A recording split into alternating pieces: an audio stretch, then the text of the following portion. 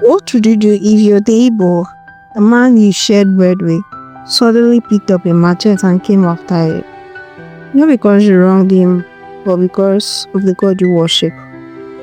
What if the streets you grew up in turned into rivers of blood, where churches became graveyards and mosques became fortresses of rage? This is the horrifying story of the Kano religious riots, waves of terror that swept across Kano State, northern Nigeria, from the early 1980s into the 2000s. Before we begin, make sure you subscribe to this channel, like the video and share it, because what you're about to hear is not for children. This is a journey into one of the Nigeria's darkest nightmares. A tale soaked in blood, ashes and screams. The first great eruption came in October 1982 in the Fage area of Kano State. The trigger, Christians attempted to build a church near a mosque. What should have been a simple construction site became the spark for one of the bloodiest riots in northern Nigeria's history. By the evening of October 18, 1982, mobs had filled the streets. Churches were torched: St. George's Anglican Church, the Baptist Church in Sabongari, and several Catholic chapels. Christian-owned shops were smashed open and looted. Christians, especially Igbo traders, were dragged into the streets and hacked with machetes, their blood painting the gutters red. By the time soldiers arrived, hundreds lay dead. The official figures were small. In reality, survivors whispered of over 400 corpses scattered across Kano. 9 years later, in October 1991, the flames rose again, hotter, darker and deadlier.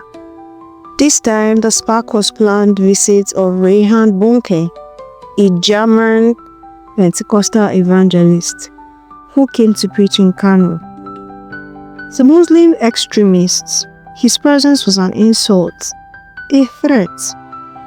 On October 13, 1991, as Bonnke prepared his crusade in the racecourse ground in Kano, thousands of angry youths poured into the streets, shouting, chanting, and sharpening their blades. What followed was a massacre. Christian neighborhoods in Savongari, Brigade, Fage, and Tudunwada were stormed. Churches were once again set on fire, including the Assemblies of God Church and Evangelical Church of West Africa. Witnesses recalled the screams of women trapped inside burning sanctuaries, their bodies melting into the pews. Igbo traders were hacked in their shops, their corpses left to rot on the streets. In fact, a group of Christians who had locked themselves in a house were burned alive when the mob doused the building with petrol. For 3 days, October 13 to 15, 1991, Kano was a slaughterhouse. Reports said over 200 Christians were killed. Survivors claimed the number was far higher. The dead were buried quickly, mass graves dug in silence, as the Nigerian state tried to cover the scale of the horror. And the cycle did not end there. In the 2000s, Kano bled again.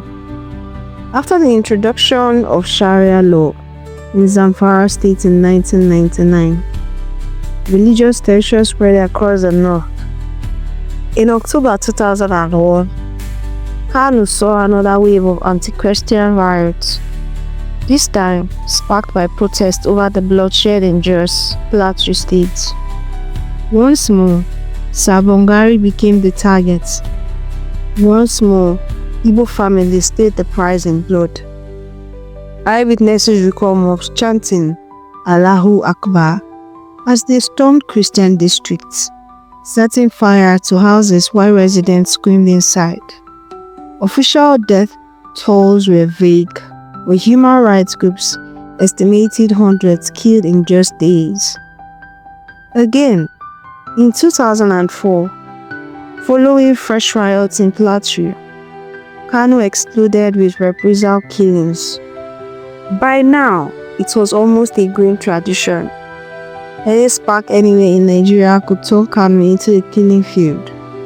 Churches reduced to ashes, shops looted, Christians slaughtered.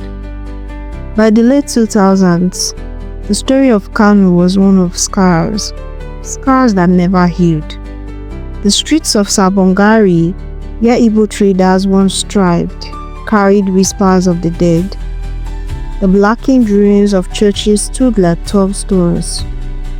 Survivors lived with nightmares, remembering how neighbors they once trusted turned on them with fire and steel. These riots were not just numbers. They were not just statistics. They were rivers of blood flowing through Kano's history. They were proof of how fragile peace is in a land where religion becomes a weapon and where politicians and extremists fan the flames of hate. So now let me ask you, if faith, something meant to bring light, hope, and peace, can instead transform humans into monsters, burning, killing, and butchering in God's name, then what is the true cost of religion in a divided land like Nigeria? Do you believe the ghost of Kano will ever rest? Or will they rise again when the next spark is lit? Drop your answers in the comment section below. Don't forget to subscribe to this channel, like this video and share it so more people can hear the bloody truth of the Kano religious riots of 1982, 1991 and beyond. Because in Kano, the soil is not just dust, it is soaked with ashes, soaked with blood, soaked with the cries of Christians who died for nothing more than their faith. Love you and would like to have you back on our next episode. Thanks for watching. Bye for now.